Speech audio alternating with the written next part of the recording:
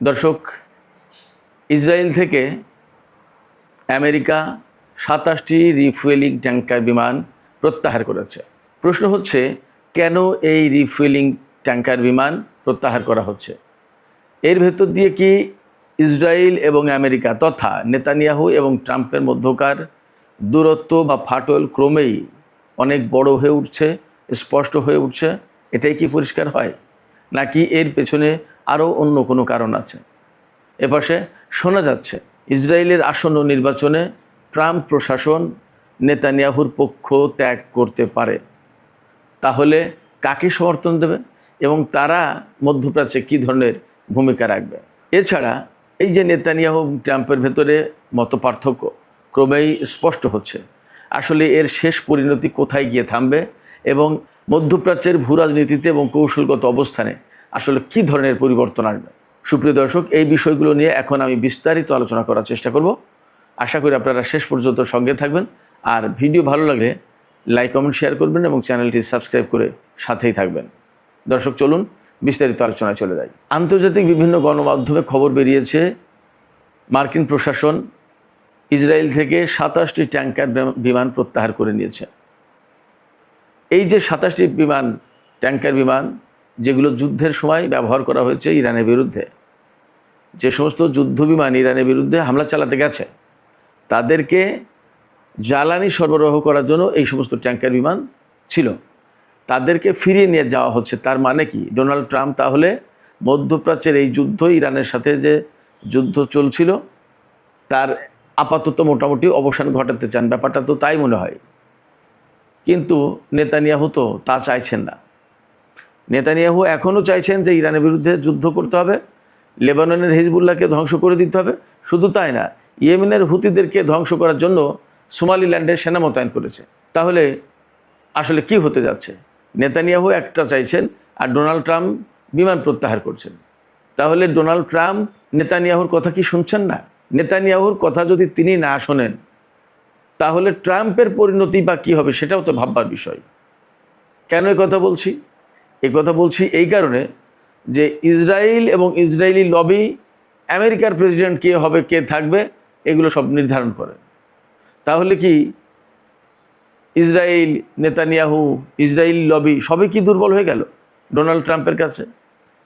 এপাশে নিউ ইয়র্কের মেয়র মামদানি, তার সমর্থিত ডেমোক্র্যাট প্রার্থীরাই কিন্তু পাশ করেছেন প্রাইমারিতে। তার মানে তারা সামনের নির্বাচনে প্রতিদ্বন্দ্বিতা করবে। যে মিড টার্ম নির্বাচন আসছে, মিড টার্ম ইলেকশন, এই মিড টার্ম ইলেকশনে ডেমোক্র্যাট দল থেকে প্রতিদ্বন্দ্বিতা করবে রিপাবলিকানদের এগেনস্টে। তার আগে প্রাইমারি হতে হয়, অর্থাৎ দলের ভিতরে কোন প্রার্থিতা পাবে সেটা নির্বাচনের মাধ্যমে ঠিক হয়। এই জায়গায় ডেমোক্র্যাট দলের যারা এই প্রার্থিতা পেয়েছে, তার মানে সামনের নির্বাচনে প্রতিদ্বন্দ্বিতা করবেন, তারা সবাই নিউ ইয়র্কের মামদানি সমর্থিত। আর মামদানি হচ্ছে ইসরায়েল বিরোধী, ইহুদিবাদ বিরোধী। তাহলে আমেরিকার রাজনীতিতেও কি বড় রকমের পরিবর্তন আসছে? আমরা তো এর আগের থেকেই শুনছি যে আমেরিকার প্রায় 60% মানুষ ইসরায়েল বিরোধী, ইহুদি বিরোধী। তাহলে আমেরিকার রাজনীতিতে কি ধীরে ধীরে ধীরে ধীরে ইসরায়েলি লবি, ইসরায়েলি শক্তি, ইসরায়েলি প্রভাব এগুলো দুর্বল হচ্ছে, খর্ব হচ্ছে?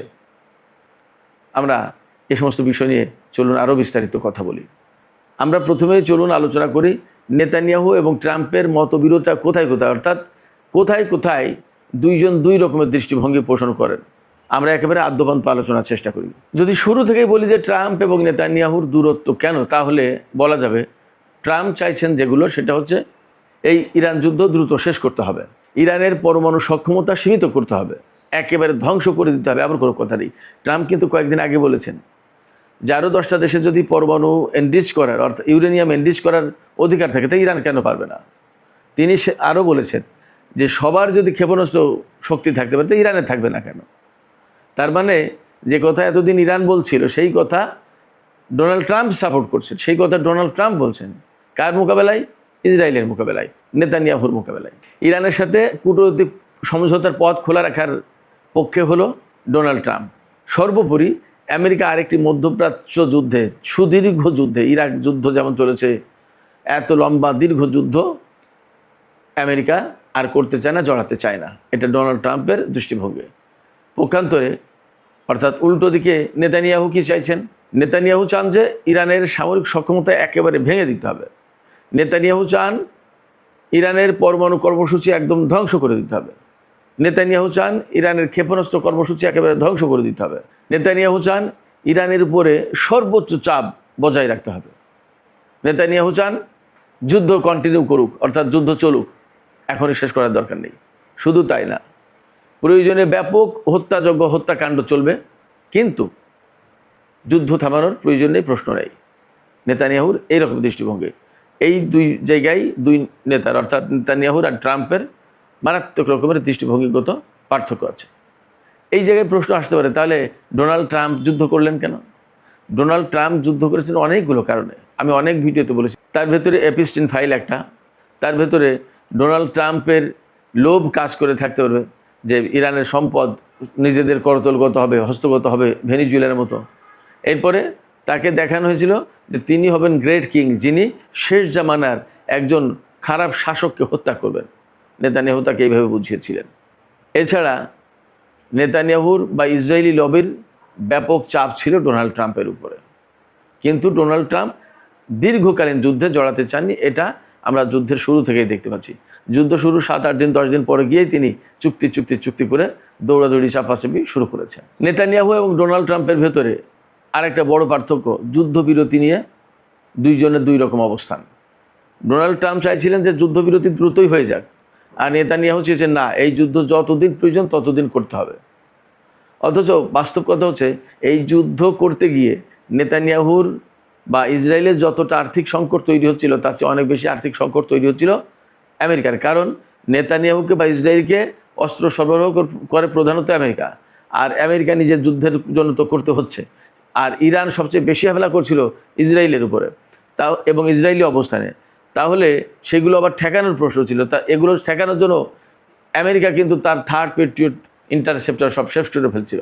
এই যে পরিস্থিতি ক্রমেই খারাপের দিকে যাচ্ছিল, মার্কিন ভান্ডারের অস্ত্র শূন্য হয়ে আসছিল, এ নিয়ে ইসরায়েলের কোনো মাথা ব্যথা নেই। এ নিয়ে কিন্তু মাথা ব্যথা ছিল আমেরিকার।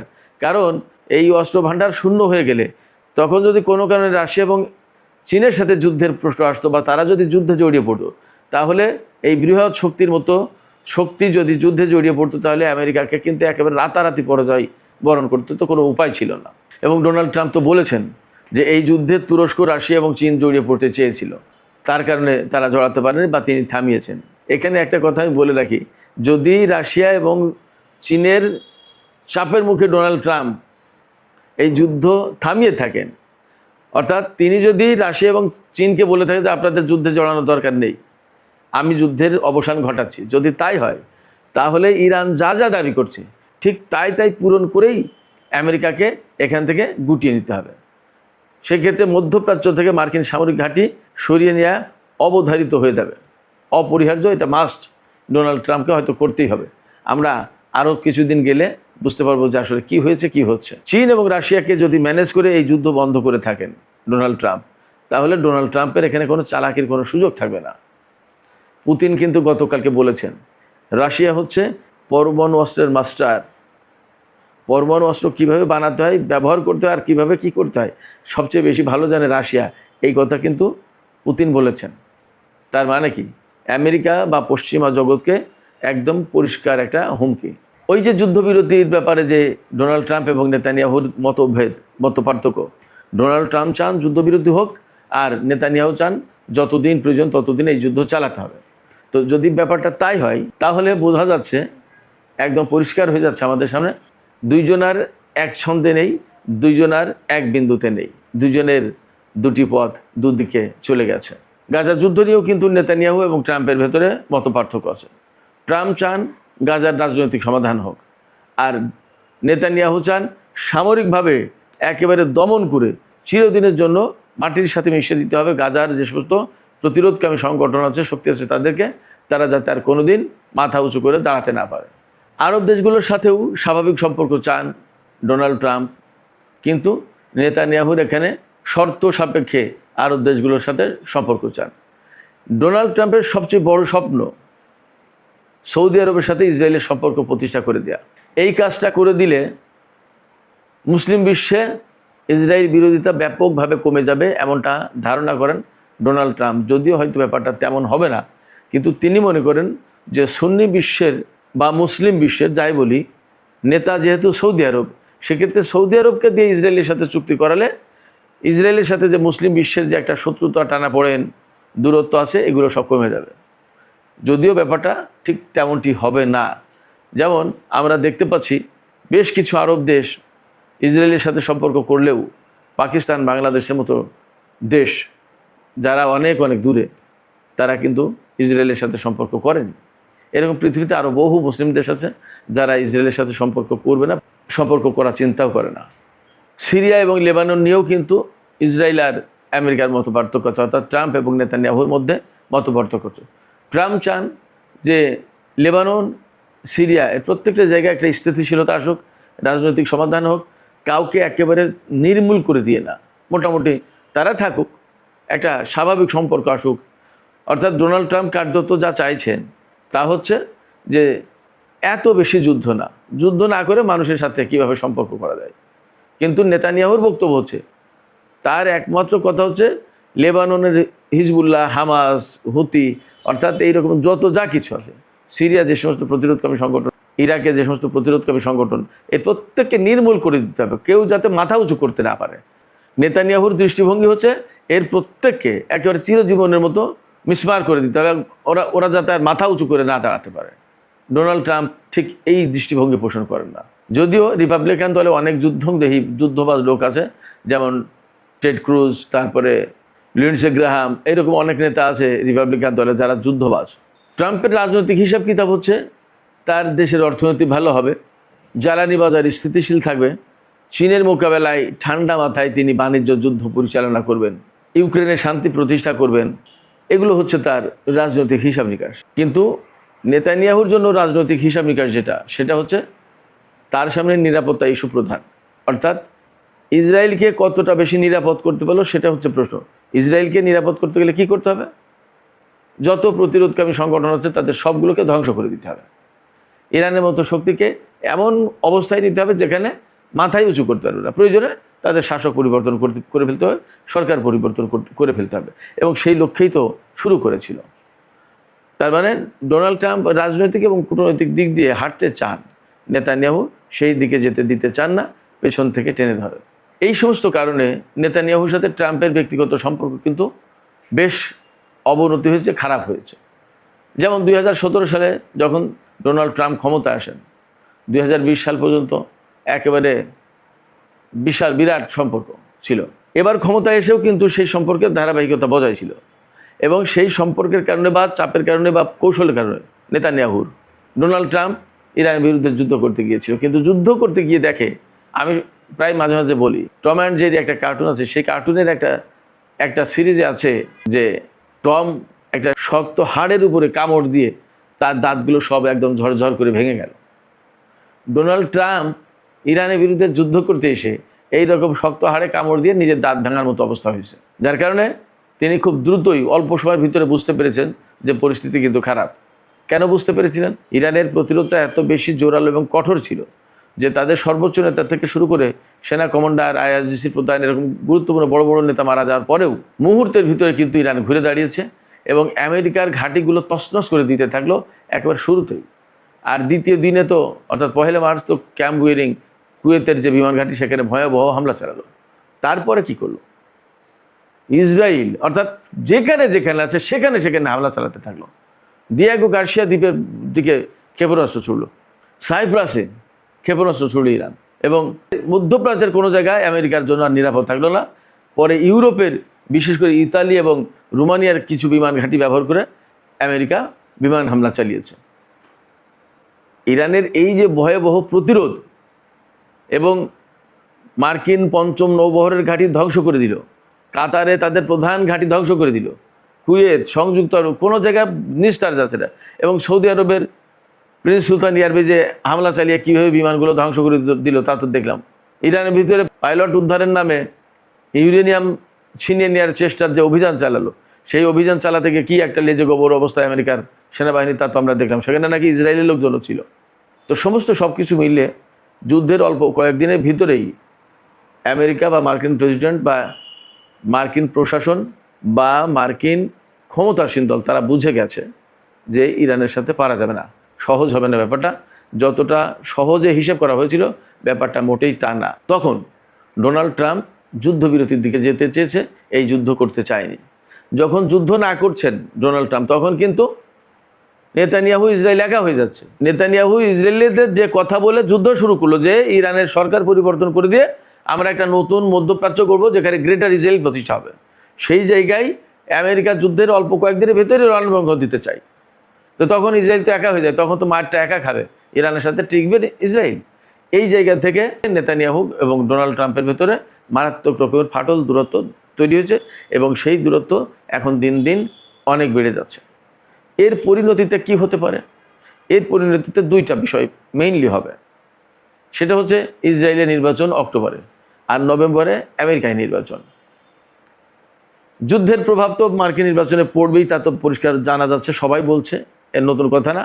ইসরায়েলেও সেই যুদ্ধের প্রভাব পড়বে। কারণ হচ্ছে ইসরায়েলের যারা এখন বিরোধী দল তারা বলবে যে নেতানিয়াহু যে কথা বলে যুদ্ধে জড়িয়েছিল সেই কাজ করতে পারেনি, অতএব নেতানিয়াহু ব্যর্থ। এই ব্যর্থতার পয়েন্ট থেকে লোকজনের ভোট টানবে বিরোধী দল, বেনেত নাফতালি, ইয়াইর লাপিদ এরা। এখানে আরেকটা বিষয় আছে, নেতানিয়াহু যেহেতু যুদ্ধের ব্যাপারে অনেক বেশি চাপাচাপি করছে এবং এপিএসসি ফাইলের মতো বিষয় নিয়ে বারবার ডোনাল্ড ট্রাম্পকে হুমকির ভিতরে রাখেন, ব্ল্যাকমেইল করে। এই জায়গায় নেতানিয়াহুকে ক্ষমতা থেকে সরিয়ে দিয়ে যদি বিকল্প কোনো ব্যক্তিকে আনা যায় তাহলে ডোনাল্ড ট্রাম্পের জন্য সেটা ভালো, নিরিবিলি নির্ঝঞ্ঝাট। এই নিরিবিলি নির্ঝঞ্ঝাট একটা অবস্থা তৈরি করতে চায় ডোনাল্ড ট্রাম্প, যার কারণে নেতানিয়াহুকে আসন্ন নির্বাচনে অর্থাৎ অক্টোবরের নির্বাচনে তাকে বাদ দিয়ে বিকল্প প্রার্থী বেছে নেওয়ার যথেষ্ট সম্ভাবনা আছে। এবং এরই মধ্যে খবর বেরিয়েছে ডোনাল্ড ট্রাম্প ইসরায়েলের যে বিরোধী দলীয় নেতা যারা নেতানিয়াহুর বিরুদ্ধে নির্বাচনে প্রতিদ্বন্দ্বিতা করবেন তাদের সাথে যোগাযোগ করা শুরু করেছে। ইসরায়েল এবং ইসরায়েলের নির্বাচনে এই প্রভাব পড়বে নেতানিয়াহু এবং ডোনাল্ড ট্রাম্পের মধ্যে ফাটল এবং দূরত্ব সৃষ্টি হওয়ার কারণে। আর মধ্যপ্রাচ্যে পড়বে সবচেয়ে বড় প্রভাব। নেতানিয়াহু এবং ইসরায়েলকে যদি আলাদা করে দেয়, অর্থাৎ দূরত্বের কারণে ডোনাল্ড ট্রাম্প যদি তাদেরকে দূরে ঠেলে দেয়, তাহলে মধ্যপ্রাচ্যে ঘটনাটা যাবে উল্টে। ইরানের প্রভাব একচেটিয়া হয়ে যাবে এবং মধ্যপ্রাচ্যের সমস্ত আরব দেশ তখন ইরানের সাথে সম্পর্ক স্বাভাবিক করার জন্য, সুসম্পর্ক করার জন্য উঠে পড়ে লাগবে এবং ইসরায়েল এখানে কোণঠাসা হয়ে পড়বে। যখনই ইসরায়েল কোণঠাসা হয়ে পড়ছে তখন ইরান ধা ধা করে এগিয়ে যাবে এবং ইরানের সাথে যে সমস্ত প্রক্সি ফোর্স বা সহযোগী শক্তি ছিল তারাও কিন্তু আবার নতুন করে অনেক বেশি শক্তিশালী হয়ে উঠবে, যা প্রত্যেকটা জিনিস ইসরায়েলের জন্য হুমকি হয়ে দাঁড়াবে ভবিষ্যতে। এবং মধ্যপ্রাচ্যে একটা স্থিতিশীলতা প্রতিষ্ঠা হবে। ইরান দীর্ঘদিন ধরে যে কথা বলে আসছিল সেইটা প্রতিষ্ঠা হবে যে বাইরের শক্তির এখানে কর্তৃত্ব না, আমরা নিজেরা আমাদের নিজেদের সমস্যার সমাধান করব। এই একটা পরিবেশ, এই পরিস্থিতি তৈরি হবে। সুপ্রিয় দর্শক, আলোচনা শেষ করব। আলোচনা শেষ করার আগে শেষ কথা যেটা বলতে চাই সেটা হচ্ছে মার্কিন প্রেসিডেন্ট ডোনাল্ড ট্রাম্প ইসরায়েল থেকে বিমান প্রত্যাহার করছেন। এটাই কি সবচেয়ে বড় ঘটনা? হ্যাঁ, এটা একটা গুরুত্বপূর্ণ খবর। কিন্তু বড় ঘটনা হচ্ছে ডোনাল্ড ট্রাম্পের সাথে নেতানিয়াহুর সম্পর্কের ফাটল, দূরত্ব এবং আজকের অবস্থা। এই অবস্থা যদি দীর্ঘায়িত হয় তাহলে মধ্যপ্রাচ্যের ভূ রাজনৈতিক সমীকরণ ভীষণভাবে পাল্টে যাবে, এতে কোনো সন্দেহ নেই। আপনাদের কি সন্দেহ আছে বলে মনে হয়? আপনারাই বা কী ভাবছেন? ডোনাল্ড ট্রাম্পের সাথে নেতানিয়াহুর আসলে কি দূরত্ব সৃষ্টি হয়েছে বলে আপনাদের মনে হয়? আপনাদের মতামত কমেন্টে জানাতে পারেন। আর ভিডিও ভালো লাগলে লাইক, কমেন্ট, শেয়ার করবেন এবং চ্যানেলটি সাবস্ক্রাইব করে সাথেই থাকবেন। দর্শক, আপনাদের সবাইকে অনেক অনেক ধন্যবাদ। আল্লাহ হাফেজ।